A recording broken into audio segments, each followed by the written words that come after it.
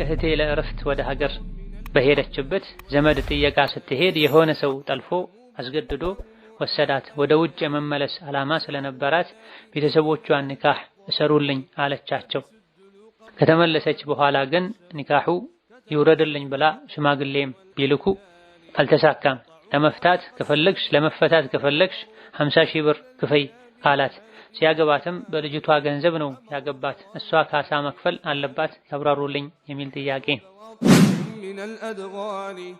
ውዱእ አድርገን ስንጨርስ አመልካች ጣታችንን ወደ ላይ ከፍ በማድረግ ሸሃደተይንን ማድረግ እንዴት ይታያል?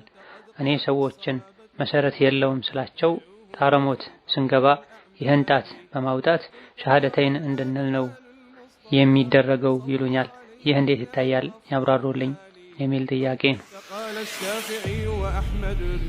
እህቴ ሲንጀር ልብስ ስፌት ተቀጥራ ነው የምትሰራው። የሐበሻ ቀሚስ ላይ የሚጠለፉ የመስቀል ዲዛይንም ጨምሮ ነው። በተመሳሳይ የክርስትና ሃይማኖትን የሚያመላክቱ መስቀልና የመሳሰሉት ሱቅ መስራትስ እንዴት ይታያል የሚል ጥያቄ። በእንቅልፍ ጊዜ የሚወጣው ለሀጭ የሚመስለው ፈሳሽ ወይም መራቅ በጣም ያስቸግረኛል። በጉንጭና በትራስ ላይ ይወርዳል። ይህ ነገር ነጃሳ ነው? ከሆነስ ማስረጃው ምንድነው? ያብራሩልኝ የሚል።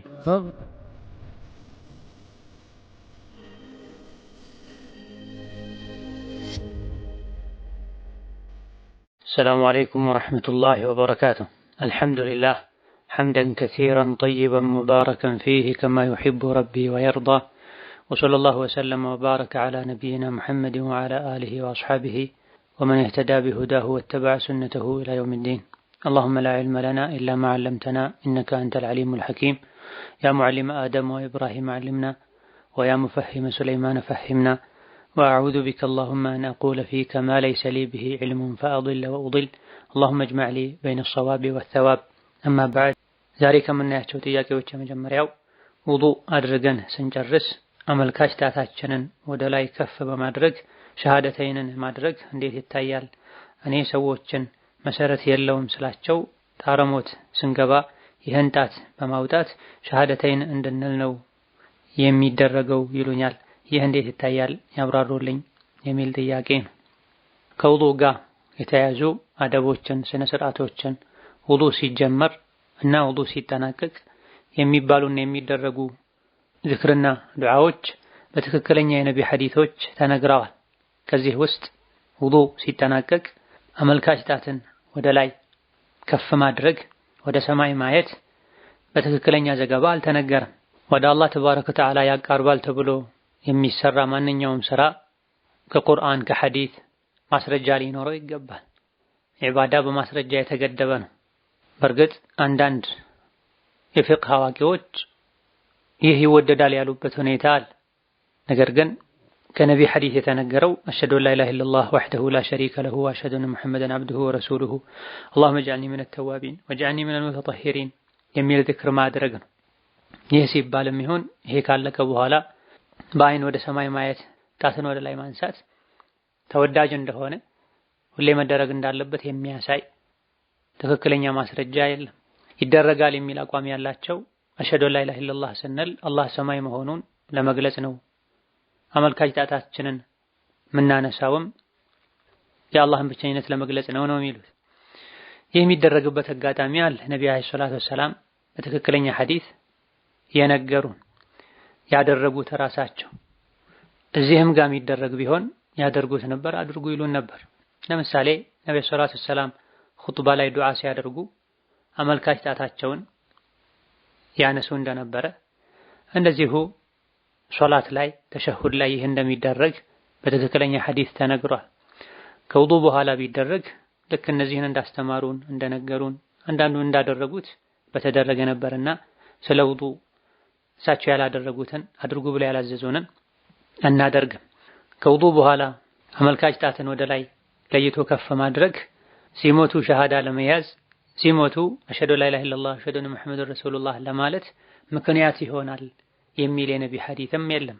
በመሰለን አይደለም አንድ ነገር ማድረግ ያለብን። ከዲን ጋር የተያያዘ ነገር በሙሉ በማስረጃ የተገደበ ነው። ሁለተኛው ጥያቄ በእንቅልፍ ጊዜ የሚወጣው ለሀጭ የሚመስለው ፈሳሽ ወይም መራቅ በጣም ያስቸግረኛል። በጉንጭና በትራስ ላይ ይወርዳል። ይህ ነገር ነጃሳ ነው ከሆነስ ማስረጃው ምንድነው ያብራሩልኝ የሚል። በመሰረቱ ከሰው ልጆች አፍም ይሁን አፍንጫ ውስጥ በእንቅልፍ ሰዓትም ይሁን ከዛ ውጪ የሚወጣ እርጥበት ፈሳሽ ነጃሳ አይደለም። የሰው ልጅ ጧሃራ ነው። ኢነል ሙእሚነ ላ የንጁስ ብለዋል ነብዩ ሰለላሁ ዐለይሂ ወሰለም። ኢማም አልቡኻሪ ሌሎችም እንደዘገቡት ሙእምን አይነጅስም ማለት ነው። ስለዚህ ከሙእምን የሚወጣ ምራቅም ይሁን ላብም ይሁን ለሀጭም ይሁን በመሰረቱ አይነጅስም። አንዳንድ ከሰው ልጆች የሚወጡ ነጃሳነታቸው የተረጋገጠ ነገሮች አሉ። ለምሳሌ ሽንት፣ ሰገራ መሰል ነገሮች ነጃሳ እንደሆኑ በሐዲስ ተነግሯል። ነጃሳነቱ ያልተነገረን ነገር በመሰረቱ ሙእምን ሙስሊም ጧሃራ ከመሆኑ አንፃር እነዚህ ነገሮች አይነጅሱም ነው የሚባለው። ይህ በእንዲህ እንዳለ በእንቅልፍ ሰዓት ከአፍ የሚወጣ ፈሳሽ የወጣው ከአንጀት ከጨጓራ መሆኑ ከተረጋገጠ ማጠቡ ግዴታ ይሆናል ስለሚነጅስ። ከአንጀትና ከጨጓራ አለመሆኑ ከተረጋገጠ አይነጅስም። በሁሉም ሁኔታ ላይ ለጥንቃቄ ቢታጠብ መልካም ነው የሚል አቋም ያላቸው ሊቃውንት አሉ። ነገር ግን ትክክለኛው አይነጅስም። ነገር ግን ከንጽህና አንፃር ሰዎች እንዲጸየፉን የሚያደርገን ነገር ከማስወገድ አንፃር ማጠቡ መልካም።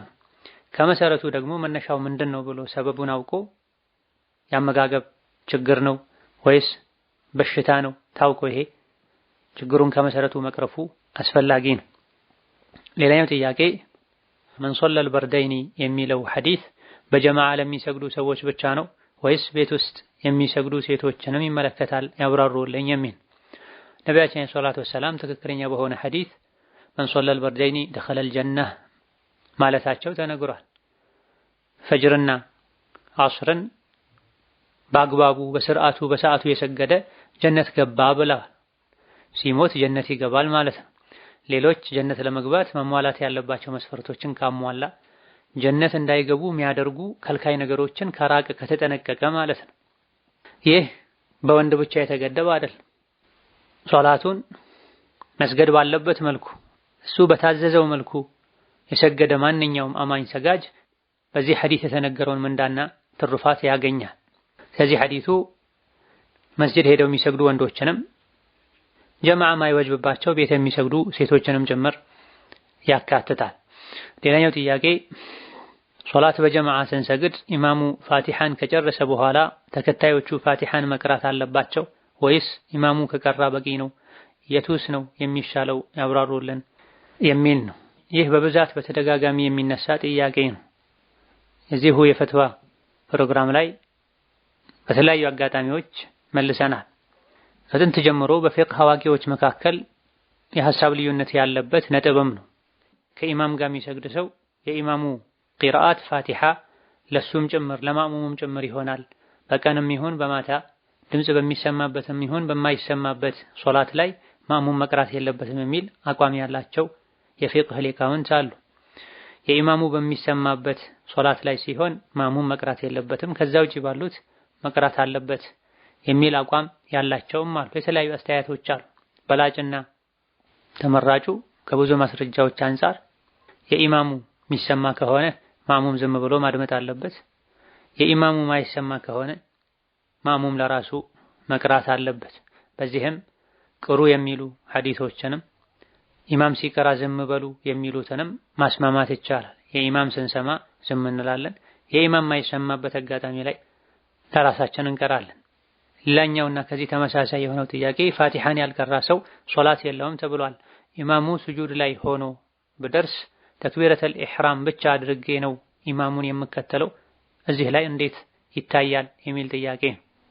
ለሶላተል ጀማዓ ወደ መስጂድ ስንገባ ወይም ሰዎች ወደሚሰግዱበት ቦታ ስንሄድ አሰጋጁ ኢማሙ ሰጋጆች ባሉበት ሁኔታ ላይ ነው ከነሱ መቀላቀል የሚጠበቅብን። ቆመው ከሆነ ገብተን ቆመን ሶላት ውስጥ ተቆሞ የሚደረገውን እናደርጋለን። ቁጭ ብለው ከደረሰን ወዲያው ተቀላቅለን ቁጭ ብለን ቁጭ ተብሎ የሚደረገውን እናደርጋለን።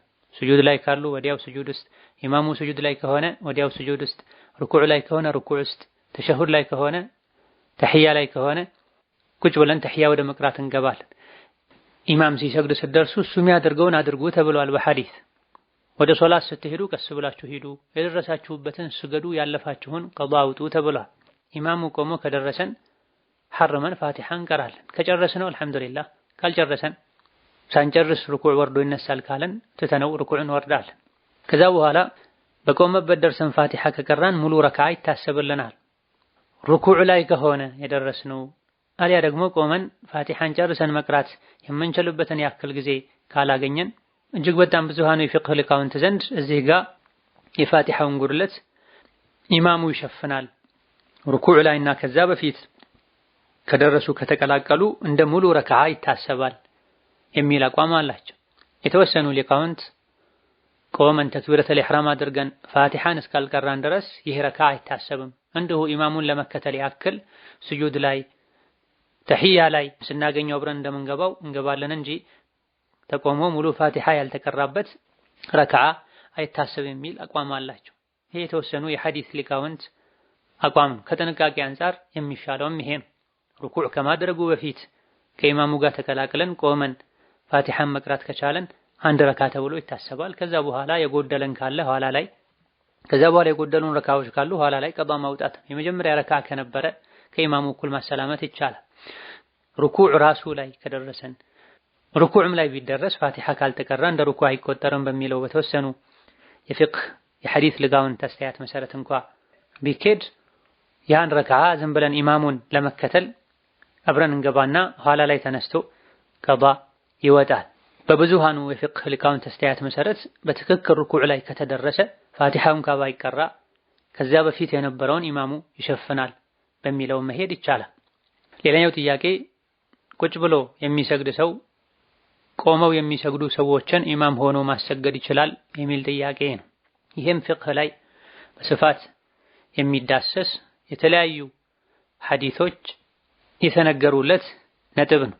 ግልጽ የሆነ የሐዲስ ማስረጃ ያለው ትክክለኛው አስተያየት ቆሞ የሚሰግድ ሰው ቁጭ ብሎ የሚሰግድን ሰው ተከትሎ መስገድ፣ ኢማም አድርጎ መስገድ ይችላል።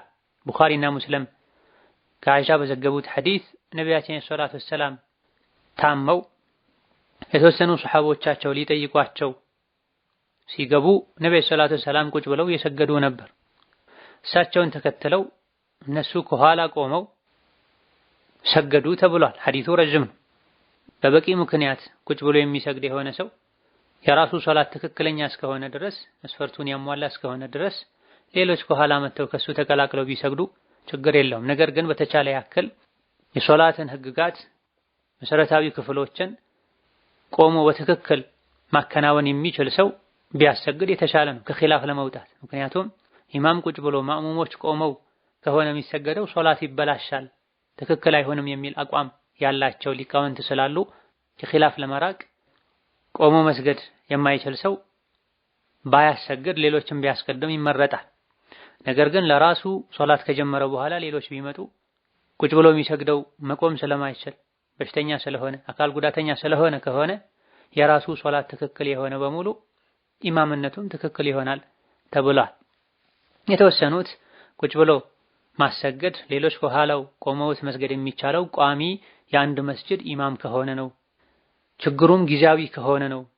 የአንድ መስጂድ ቋሚ ኢማም ካልሆነ ሌሎች ሰዎች ማሰገድ የሚችሉበት ቦታና ሁኔታ ላይ ከሆነ ችግሩም ጊዜያዊ ካልሆነ ቋሚ ከሆነ ማሰገድ የለበትም ብለዋል። ነገር ግን በላጭና ትክክለኛው ከፊት የተጠቀሰው አስተያየት ነው።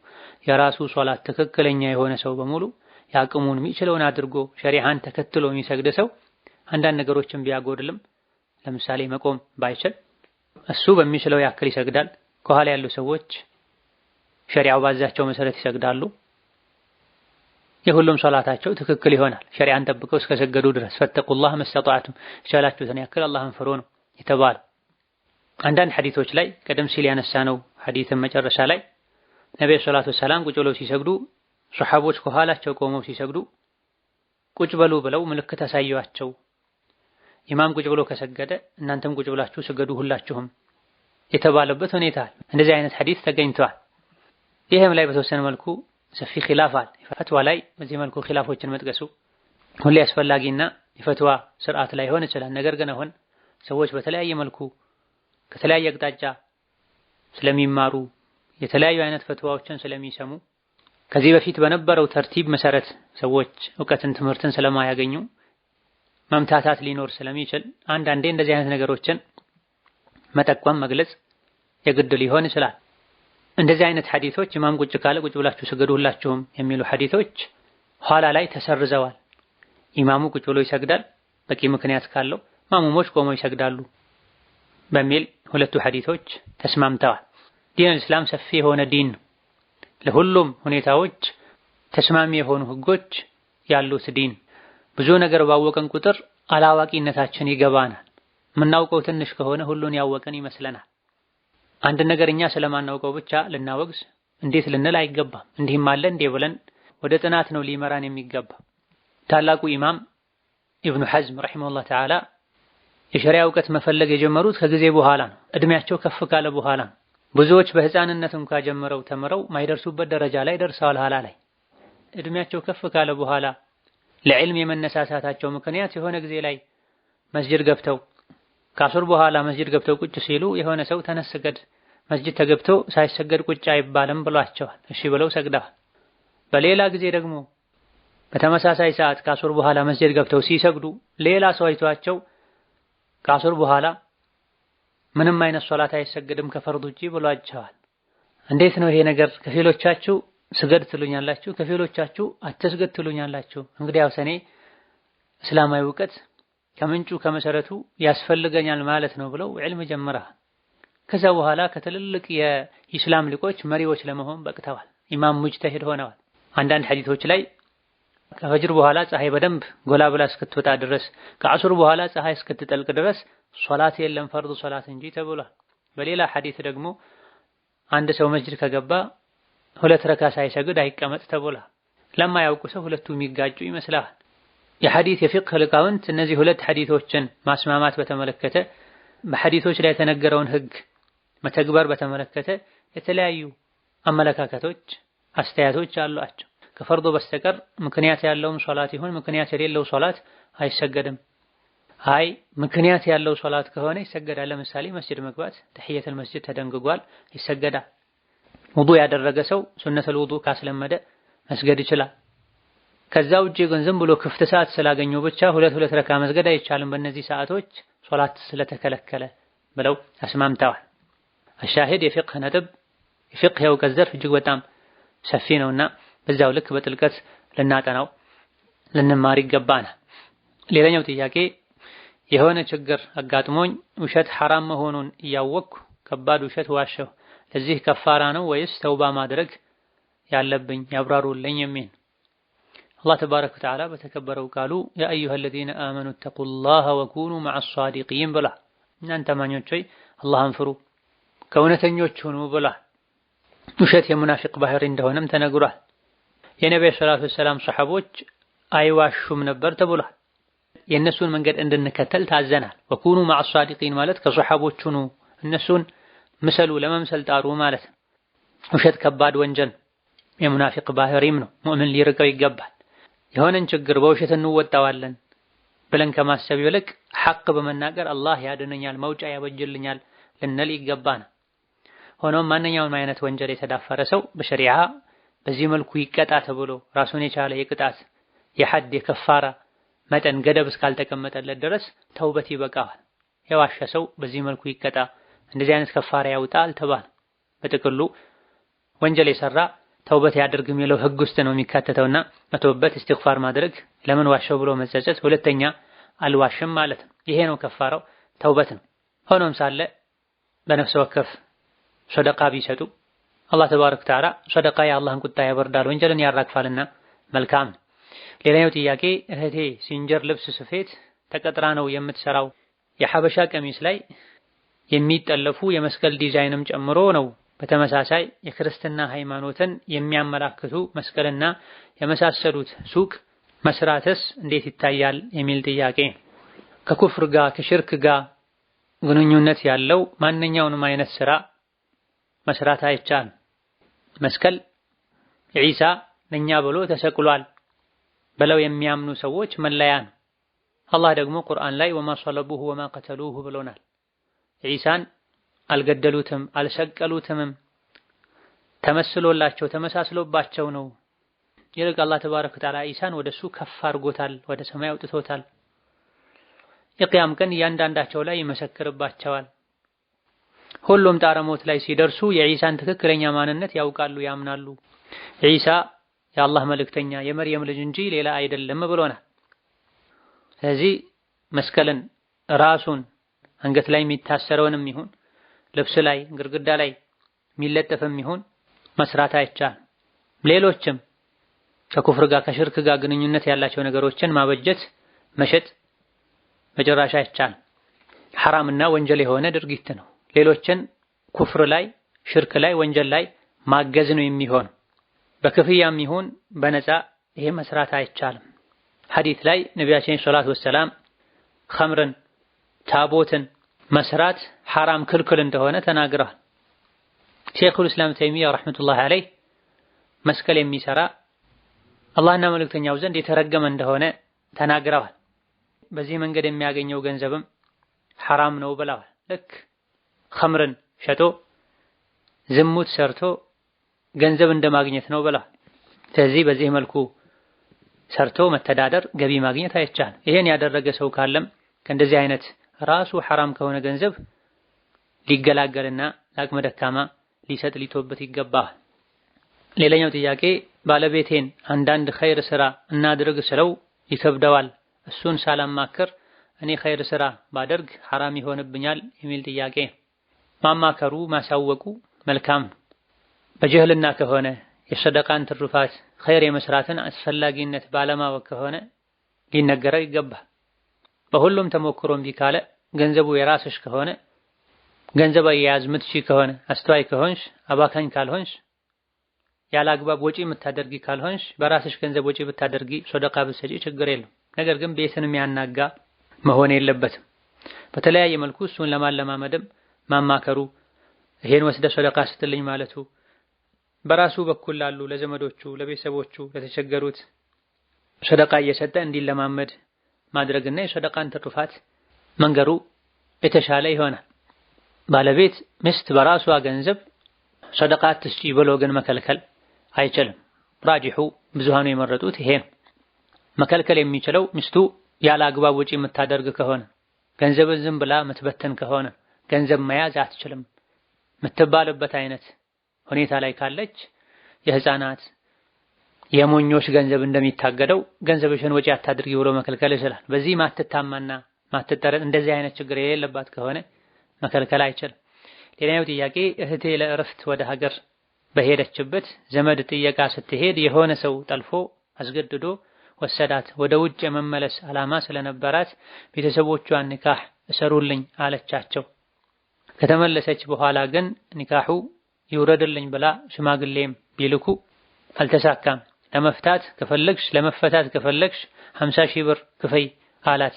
ሲያገባትም በልጅቷ ገንዘብ ነው ያገባት። እሷ ካሳ መክፈል አለባት ያብራሩልኝ የሚል ጥያቄ። ኒካህ በዚህ መልኩ አይሆንም። ከኒካህ መስፈርቶች መሰረቶች መሃል አንዱ ሁለቱ መፈላለግና መግባባታቸው መዋደዳቸው። እሷ ሳትፈልግ በግድ ከገባችበት ጋብቻ ለመውጣት የተጠየቀውን ገንዘብ የመክፈል ግዴታም የለባትም። ቢበዛ የሚባለው ሲያገባት የሰጣትን ማህር ትመልስ ነው የሚባል። አሁን ጥያቄው ላይ ያገባት በራሷ ገንዘብ ነው እየተባለ በዚህ ዘመን እንደዚህ ነገር ሊኖር አይገባም። አቅልም ይሁን ሸሪዓ ይሄን አይፈቅድም። ስለዚህ አልፈታም ካለ በሸሪዓ ፍርድ ቤት በቃዲ ጉዳዩ እንዲታይላት አድርጋ ኒካሁን ማስወረድ ትችላለች። እሱ ሐቋን ሳያጎደል በአግባቡ ያኖራት ካንተ ጋር መኖር አልፈልግም ካለች ነው ያኔ የሰጣትን ገንዘብ በተወሰነ መልኩ ከራሷም ጨምሮ ከጠየቀ እሱንም ጭምር ሰታ መፈታት ይወጅብባታል ምንለው። እዚህ ጋር አንድ ሳትፈልግ አስገድዶ በሸሪዓ በማይፈቀድ መንገድ ጠልፎ አግብቶ እንደገና ያገባት በራሷ ገንዘብ ሆኖ ሳለ ይሄን ብር ካልሰጠሽኝ ማለት አይችልም። ሌላኛው ጥያቄ ከባለቤቴ ጋር ባለመስማማታችን የተነሳ በሽማግሌም በዘመድም ተሞክሮ ለ2 ዓመት ያህል አልፈታም አለኝ። እኔ ውጭ ሀገር ስለሆነ ያለሁት ለእናቴ ውክልና ልኬ እንድታስፈታኝ አደረግኩ። እሷ ግን በመደበኛ ፍርድ ቤት ነበር የከሰሰችው። የዲን እውቀት የላትም። ሸሪዓ ፍርድ ቤት ለመሄድ መደበኛ ፍርድ ቤት ለማደራደር ሞከራ አልሆነም። እናም በመጨረሻ እነሱ አስፈቱኝ። ይህ ፍቺ አይጸድቅም፣ እንደውም አንቺ በመደበኛ ፍርድ ቤት በመፈታትሽ ከፍረሻል፣ ሸሃዳ ማድረግ አለብሽ አሉኝ። ይህ ነገር እንዴት ይታያል ያብራሩልኝ የሚል። ሰው ላይ ከፍረሻል ብሎ መፍረድ እንደዚህ ቀላል አይደለም። ወተሕሰቡነሁ ሀይነን ወሁወ ዒንደላሂ ዐዚም። ለእኛ ካፋችን ሲወጣ ቀላል ሊመስለን ይችላል፣ አላህ ዘንድ በጣም ከባድ። ያልከፈረን ሰው ከፍሯል ማለት እሱን እንደ መግደል ነው ተብሏል ሐዲስ ላይ። ሙእምንን በኩፍር የፈረጀ እንደገደለው ይቆጠራል ተብሏል። የሸሪዓ ፍርድ ቤት አልፈልግም ከሱ ዓለማዊ ፍርድ ቤት ይሻላል ብሎ ከሸሪዓ ሌላን ህግ አስበልጦ የሄደ ሰው ነው የሚከፍረው። አውቆ ይሄን ያደረገ ሰው ነው የሚከፍረው። መርጦ ፈልጎ ማድረጉ ነው የሚያከፍረው። አንድ ድርጊት ያከፍራል ማለትና የሆነ ነገር ያደረገ ሰው ከፍሯል ማለት ሁለቱ ይለያያል። ያለ እውቀት ከመናገር ልንጠነቀቅ አላህን ልንፈራ ይገባናል። በተለይ ከፍሯል፣ ሙብተዲዕ ሆኗል፣ ከእስላም ወጥቷል፣ ከሱና ወጥቷል የሚያስብሉ ጉዳዮች ላይ ከፍተኛ ጥንቃቄ ያስፈልጋል። ካፍር ያልሆነን ሰው ካፍር ያለ ይህች ቃል ወደ ሰማይ ትወጣለች። ካፍር የተባለው አካል በሸሪዓ መሰረት በትክክል ካፍር ከሆነ ቃሉ ፍርድና ውሳኔው ካፍር የተባለው ሰው ላይ ያርፋል። ካፍር የተባለው አካል ግን አላህ ዘንድ በሸሪዓ ሚዛን ካፍር ካልሆነ ካፍር ያልሆነን ሰው ካፍር ያለው ሰው ላይ ያርፋል፣ እሱ ላይ ይፈረዳል። ራሱ ካፍር ይሆናል ተብሏል። ሙብተዲዕ ሆኗል፣ ፋሲቅ ሆኗል፣ ሙናፊቅ ሆኗል የሚለውም ይሄንኑ ነው የሚመስለው። እንደዚህ ሆኖ የሚሆነው በስሜት ያለ እውቀት መናገርን ልንጠነቀቅ ይገባናል። ኒካህ በመሰረቱ የባል እጅ ላይ ነው ያለው። በአግባቡ ማኖር አለበት። ካልቻለ መቀጠል ካልተቻለ በአግባቡ መፍታት አለበት። የበደለ ሐቅን የከለከለ አልፈታም ካለ በቤተሰብ በሽምግልና ጫና ይደረግበታል። ይሄም ካልሆነ በሸሪዓ ፍርድ ቤት ቃዲ ኒካህ እንዲወርድ ይደረጋል። ኃላፊ ለሌላ ሴት ኒካህ ማሰር የሚችለው የሙስሊሞች መሪ ነው፣ ወይም የሙስሊሞች መሪ የወከለው ቃዲ ነው። አልያ ደግሞ ሙስሊሙን ኡማ እንዲያገለግል ስልጣን ያላቸው አካላት፣ አልያ ደግሞ አንድ አካባቢ ላይ የሚኖሩ አማኞች ቃዲ ያደረጉት አካል ነው እንጂ በዘመናዊ በዓለማዊ ፍርድ ቤት ውስጥ የሚሰራ ሙስሊም ያልሆነ የሚፈርድበት ህግ ሸሪዓዊ ያልሆነ ዳኛ ዘንድ ሳይሆን ማለት ነው። ስለዚህ ወደ ዓለማዊ ፍርድ ቤት መሄዱ ስህተት ነው። ኒካህ ለማውረድም ይሁን ለማሰር ተሳስቶም ቢሆን ባለማወቅ ቢሄድ አንድ ሰው እዛ ፍርድ ቤት ውስጥ ያሉ ሰራተኞች ዳኛ የሚባሉት አግባብተው አሳምነው በፍላጎቱ ከሆነ ባል የፈታው እነሱ የሽምግልና ስራ ብቻ ነው የሰሩት። ባል በፍላጎቱ ነው የፈታው። በአፉም ይፍታ በጽሁፍም ይፍታ ፍቺው ይጸድቃል። እሱ መፍታት ሳይፈልግ በህግ በመሳሪያ አስፈራርተው አስገድደው ከሆነ ያስፈቱት ፍቺው አይጸድቅም። ላ ዊላየተ ሊካፊሪን ዐላ ሙስሊሚን ተብሏል። ካፍር ሙስሊም ላይ እንዲህ አይነቱ ጉዳይ ላይ ስልጣን የለውም። ማስገደድ አይችልም፣ መወሰን አይችልም። ስለዚህ በፍቃዱ በፍላጎቱ ከሆነ አግባብተው አሳምነው እንዲፈታ ያደረጉት ጋብቻው ፍቺው ይጸድቃል። ሳይፈልግ ሳያም አስፈራርተው አስገድደው ከሆነ ፍቺው አይጸድቅም። ወደ ሸሪዓ ፍርድ ቤት ዞሮ መፈታት አለበት። ለቃዲ ጉዳዩ ተነግሮ ማስረጃ ቀርቦ ቃዲው የጉዳዩን ግራ ቀኝ አይቶ ለተከሳሽ አልፈታም ላለው አካል ጥሪ ቀርቦ ከሱ ጋር ተደራድሮ አልቀርብም ካለም ቃዲው ወስኖ ነው ኒካህ የሚያወርደው። እናት ይሄን ጉዳይ ይዛ ፍርድ ቤት መቅረቧ በሸሪዓ ፍርድ ቤት ቀደም ሲል በተብራራው መሰረት ከሆነ ፍቺውን ያስፈጸመችው መልእክተኛ ብቻ ነው የሆነችው። እናትም ተሆነ እህት ችግር የለም። ሴት ልጅ ጋብቻ ላይ ወኪል መሆን አትችልም የሚባለው ኒካህ ለማሰር ለማጋባት ነው። እንደ ወንድ ወልይ አትሆንም። ኒካሁን መፍታት በተመለከተ ባል እጅ ላይ ነው ያለው። ኒካህ ከፈታ ወንድ የሆኑ ሁለት ምስክሮችን አስቀምጦ ይፈታል። ባል አልፈታም ካለ መፍታት የሚችለው ቃዲ ነው። ወደ ቃዲው ጉዳዩን ይዞ የሚሄደው ወንድም ይሁን ሴት መልእክተኛ ብቻ ነው። ምንም ችግር የለም። እሷ እዚህ ጋር የፈታች አይደለም። ምስክር ሆና ግን መቆጠር የለባትም። ወንድ ምስክር ሁለት መቅረብ አለበት። ሴት ልጅ ለራሷ ወኪል ሆና ኒካህ ማሰር አትችልም። ለሌሎች ወኪል ሆና ኒካህ ማሰር አትችልም። በቃዲ እጅ የሚወርደን ኒካህ ግን መልእክቱን ለማድረስ ደብዳቤ ይዛ ጉዳዩን ችግሩን አስረድታ ቃዲ ማናገር ትችላለች። ከዛ በኋላ ጉዳዩን ማስፈጸሙ ኒካሁን ማውረዱ የቃዲ ስራ ስለሚሆን ማለት ነው። هذا والله تعالى أعلم። ለዛሬ በዚህ እናበቃለን። የተቀሩትን ሌላ ጊዜ እንመልሳለን። ወሰላሙ አለይኩም ወራህመቱላሂ ወበረካቱ።